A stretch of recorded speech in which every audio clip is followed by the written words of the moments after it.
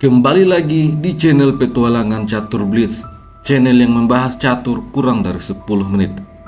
Jika ini adalah pengalaman pertama Anda di channel ini, segera tekan tombol subscribe agar Anda tidak ketinggalan video terbaru selanjutnya.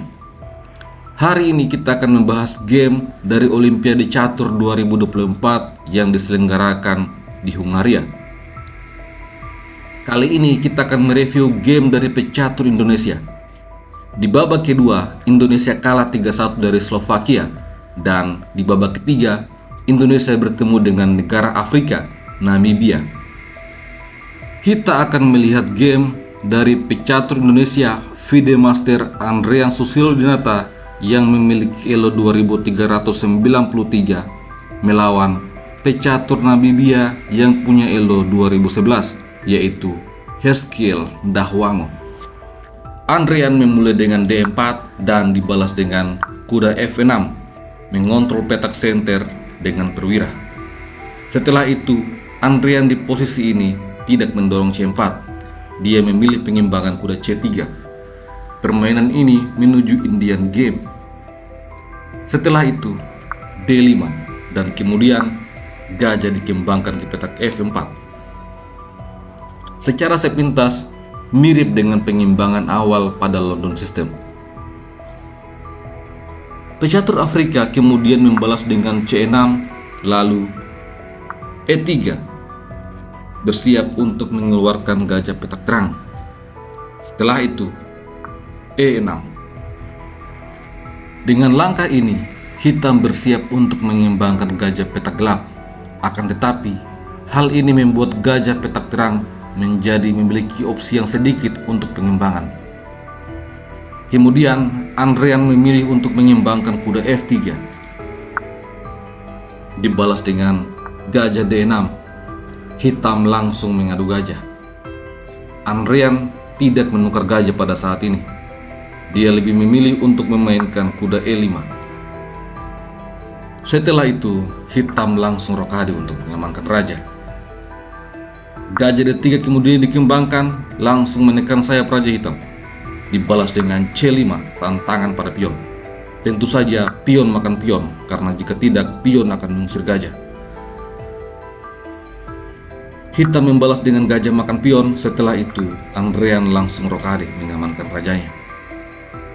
Di posisi ini, hitam mendorong B6, berupaya untuk mengimbangkan gajah maupun kudanya. Setelah itu, menteri dibawa ke petak F3, lalu gajah fianchetto. Gajah ini secara tidak langsung membayang-bayangi menteri. Ancaman selanjutnya bisa jadi untuk mendorong pion dan membuat menteri hilang. Atau jika tidak, maka kuda yang akan hilang. Oleh karena itu, Andrian menghindar dari shadowing gajah ke petak H3. Ini sekaligus menekan pion H. Di posisi ini, pecatur Afrika memilih untuk menarik mundur kembali gajah ke petak E7 untuk bertahan. Lalu, benteng A diaktifkan ke petak D1, shadowing pada menteri hitam. Heskiel Ndahwango memainkan langkah yang tidak lazim. Kuda ke petak A6. Kita bisa melihat di evolution bar bahwa putih langsung unggul. Sesuai dengan teori, meletakkan kuda pada pinggir papan di babak pembukaan adalah hal yang tidak tepat. Andrian kemudian menyerang dengan gajah G5. Ancaman yang sangat berbahaya, menyingkirkan kuda kemudian melakukan skakmat. Oleh karena itu, di posisi ini, Heskiel Ndahwango langsung mendorong G6. Ini kemudian dibalas dengan gajah makan kuda, gajah makan gajah, dan ini meninggalkan petak C6 menjadi lubang. Kuda langsung masuk mengancam menteri dan juga gajah. Menteri coba lari ke petak C7, tetapi kuda makan gajah. Setelah itu menteri makan kuda dan kemudian menteri H4. Kuda diancam oleh dua perwira dan menteri terkena pining. Ini adalah posisi yang sangat berbahaya. Raja mencoba ke G7 ikut membantu menjaga kuda. Namun demikian, di posisi ini Andrian memainkan langkah brilian. E4. Sebuah langkah yang sangat menyiksa bagi hitam. Ada banyak pilihan bagi hitam di posisi ini. Bisa memakan pion, ataupun bisa mendorong pion, atau bisa juga pilihan lain. Apapun pilihannya, hitam akan ada dalam masalah besar. Kalau di posisi ini hitam mencoba untuk mengambil benteng, maka akan dibalas dengan E5. Kuda tidak bisa lari karena menteri akan jatuh. Oleh karena itu, langkah terbaik adalah raja mundur ke petak G8 demi menghindari forking di langkah selanjutnya. Akan tetapi, ini dibalas dengan pion makan kuda menyerang menteri. Dan jika menteri lari ke petak C7, maka menteri H6.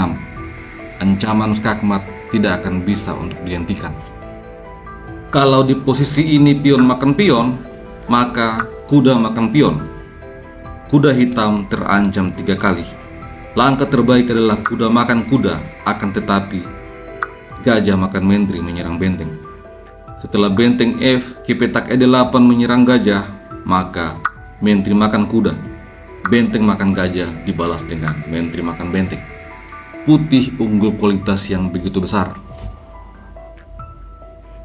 Pilihan lain yang bisa dimainkan oleh hitam adalah D4 menyerang balik kuda, akan tetapi ada balasan E5, serangan balik pada kuda hitam. Dan jika pion makan kuda, ini akan dibalas dengan menteri H6, skak, raja mundur ke petak H8, kemudian pion makan kuda dan mengancam skakmat di langkah selanjutnya. Dan jika benteng mencoba ke petak G8 untuk menjaga petak G7, akan dibalas dengan pion makan menteri. Selanjutnya gajah akan masuk menyerang. Benteng G7 bisa untuk dimainkan, tetapi gajah tetap ke petak F6. Ancaman skakmat kembali ditunjukkan. Benteng A harus menjaga kawannya, akan tetapi menteri makan benteng, skak, dan setelah benteng makan menteri, pion promosi, skakmat. Di game sesungguhnya, Hesekiel Ndahwango memilih untuk mendorong E5. Ini menyebabkan kuda makan pion, menteri terancam. 3 perwira putih menyerang kuda yang hanya dijaga oleh menteri dan juga raja. Hitam belum juga menyerah, dia mencoba untuk kuda makan kuda, dan ini menyebabkan menteri akhirnya jatuh. Setelah itu, kuda makan gajah, kemudian menteri makan kuda.